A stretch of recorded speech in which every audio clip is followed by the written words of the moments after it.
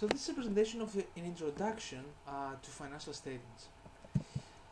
During this presentation, we're going to discuss a little bit about the accounting systems, and we're going to see a very basic outline of the four basic financial statements and how we measure their specific components.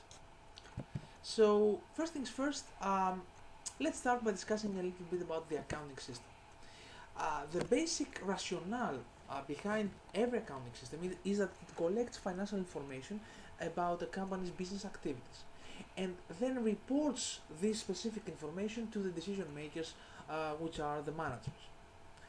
So these business activities that we're talking about is actually classified into three broad categories.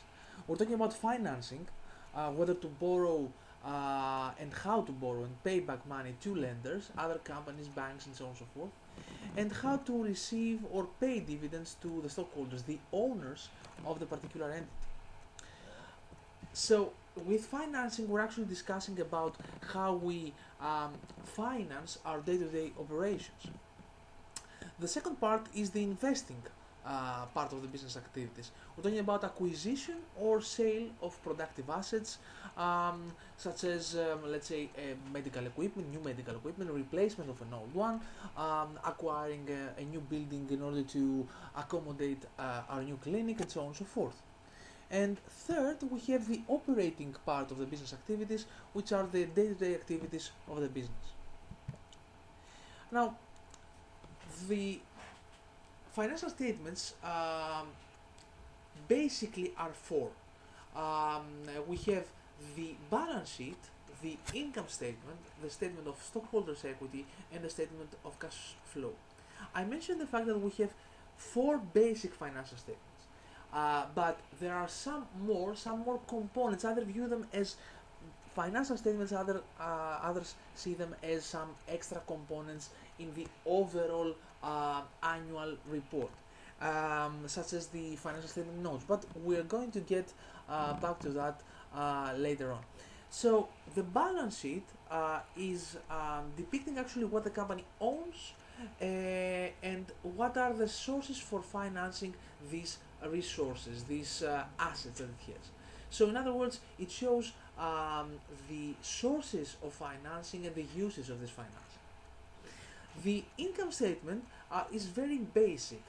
It shows the ability to generate profits. It shows the ability to sell goods, in other words, for more money than their cost to produce and sell. So in other words, it shows something like a difference between revenues minus expenses, as we're going to see. The statement of stockholders' equity is a rather new financial statement, and it shows the contributions of the owners and the payments to investors. It shows, in other words, how much money each owner contributed to this particular entity. And finally, a very important financial statement, the statement of cash flows. It shows the ability to generate cash and how these cash are used throughout the fiscal year. And in general, it demonstrates the liquidity, the ability to have cash and generate cash by the entity. So let's try to see each one individually, very briefly, obviously. First things first, balance sheet. It reports the financial position of the company at a point in time, and it shows the amount of assets. These are the three basic categories: assets, liabilities, and stockholders' equity. So this depicts the balance sheet equation that we're going to discuss extensively throughout the series of lectures.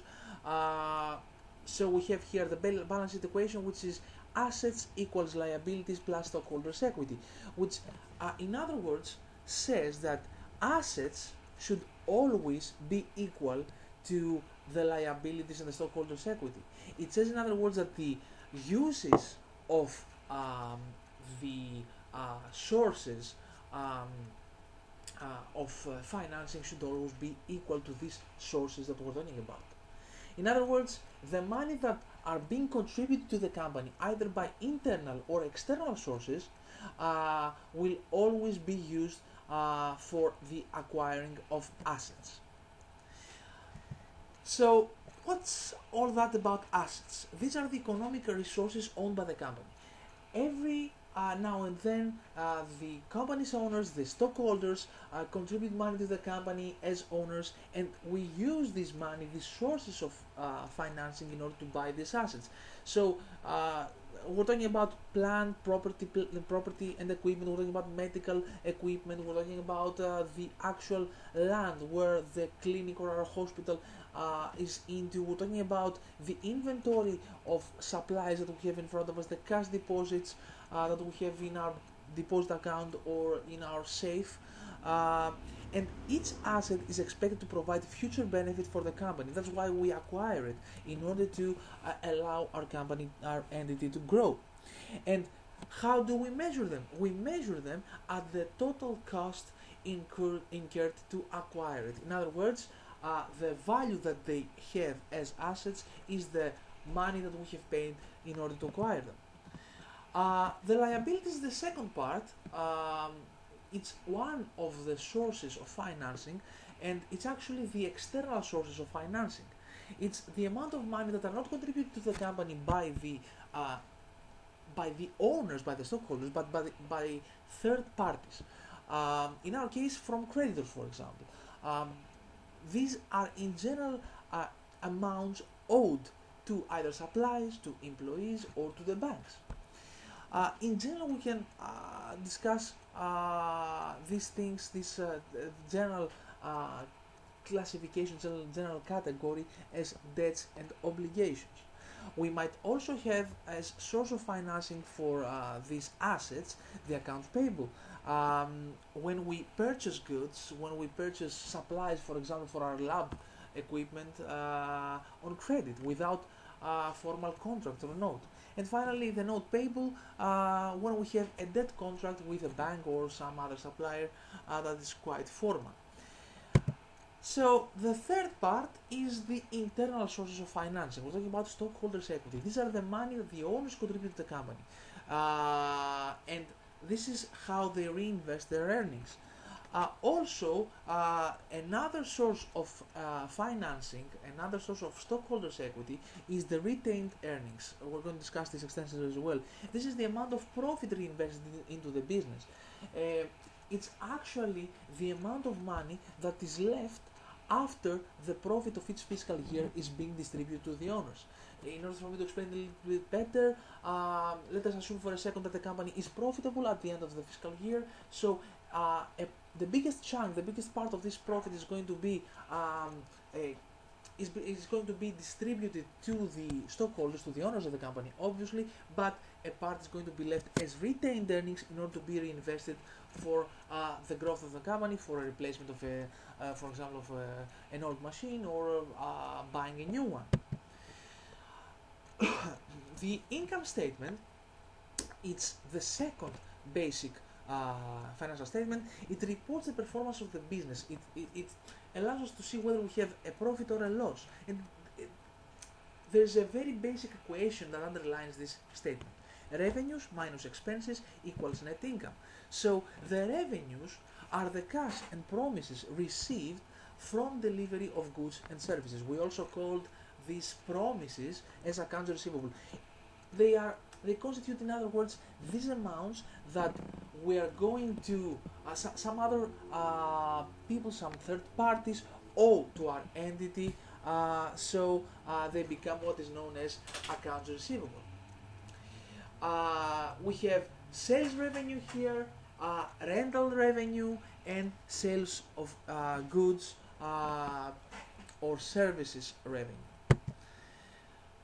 The second part is the expenses. We're talking about the monetary amount of resources used to earn periods revenue. So in order to make revenue, we have to obviously spend some money. For example, we might spend money in order to construct our product, or money in order to provide our services, or even we might spend some money for taxes for the government, or to market our products, our services. So all of these are considered to be expenses. The net income. The net income is the outcome of the subtraction between these two broad categories, revenues minus expenses. So it's actually the bottom line. It's the excess of total revenues over total expenses. And obviously, it may be negative.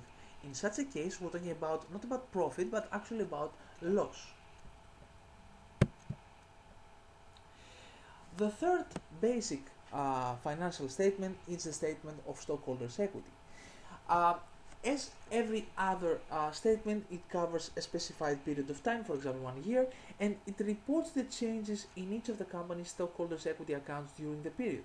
So in other words, it shows us whether previous stockholders left the company and new ones arrived and contributed money. And also discusses about retained earnings, and it reports the way that net income and the distribution of dividends affected the company's financial position. So if we could somehow also create an equation for this particular statement, it would be the beginning retained earnings plus the net income minus the dividends equals ending retained earnings. So in order to explain it a little bit better, we have the retained earnings from the previous year plus the net income of this year minus the dividends distributed as a profit distribution for this year to the stockholders, to the owners of the entity. This equals the ending retained earnings provided and presented in the statement of stockholders' equity. Finally, the statement of cash flows, it reports inflows, the receipts of cash, and outflows, payments of cash, during the accounting period, for example 1 year, in the categories of operating, financing, and investing. So if you could see the basic structure, we have either the inflows, as you can see, or outflows of cash from operating activities, plus or minus inflows or outflows from investing activities, plus or minus cash flows from financing activities, and all this produce what is known as change in cash. So the change in cash that happened during this particular fiscal year. And if we add the beginning cash balance, the cash balance that we have that we had in our safe, in our bank deposit in the beginning of the particular year, we have the ending cash balance. But I mentioned 3 categories: operating activities, investing activities, and financing activities. So let's find out what this is all about. The operating activities are directly related to earnings income. We're talking about cash paid to suppliers and employees. On the one case, we're talking about the cash outflows, and on the other hand, we have the cash inflows, which is cash collected from customers. So we have an outflow of money, of cash paid to suppliers and employees, and we have an inflow of cash collected from our customers for services rendered in every case. So this is the cash inflow and cash outflow that constitutes what is known as cash flow from operating activities. The second part is the investing activities, the cash inflow and outflow that derives from it. It is related to the acquisition or sale of companies' plant, property, and equipment, in general about the acquisition or sale of investments. So we have the cash inflow in our case when we have a purchase of, let's say, manufacturing equipment or a new building, and we have a cash outflow from buying, let's say, another company when we have an acquisition of another entity. So this is the cash flow from investing activity, cash inflow minus cash outflow.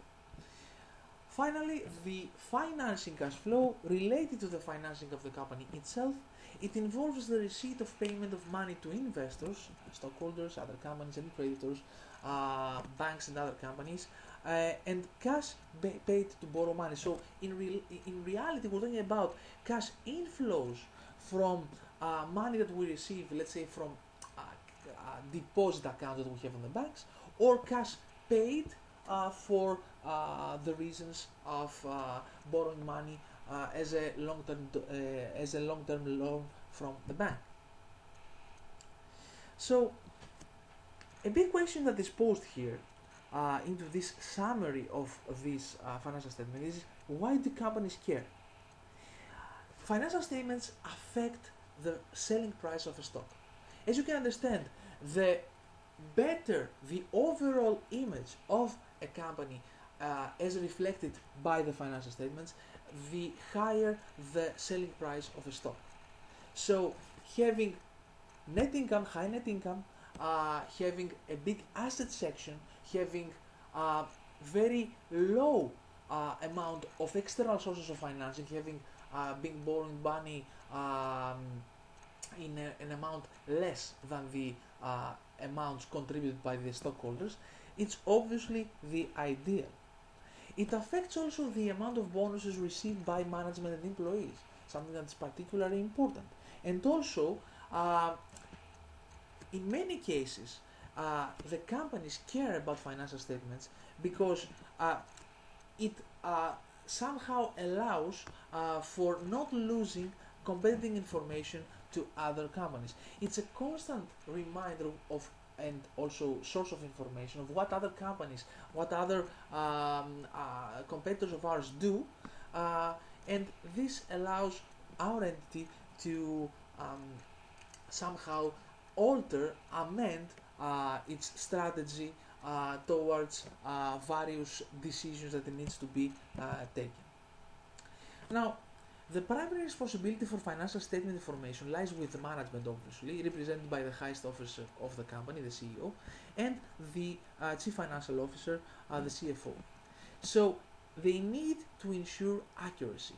In every case, the financial statements information has to be disclosed with complete honesty and accuracy and according to the generally accepted accounting principles.